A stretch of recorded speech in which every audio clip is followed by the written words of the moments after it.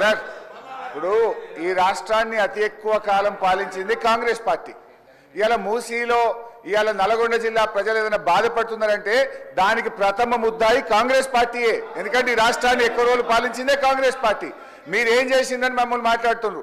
SRSP stage 2 పనులు పూర్తి చేసి కాళేశ్వరం జలాలను నల్లగొండ జిల్లా తుంగతుర్తి, సూర్యాపేట, కోదాడ ప్రజలకు అందించిన పార్టీ బీఆర్ఎస్ పార్టీ. అధ్యక్ష అనవసరంగా ఒకరోజు చర్చ పెడదామంటే పెట్టండి. కాంగ్రెస్ పాలన ఏం చేసిందో మేమేం చేసాము. జరుగుతున్నది క్వశ్చన్ అవరు.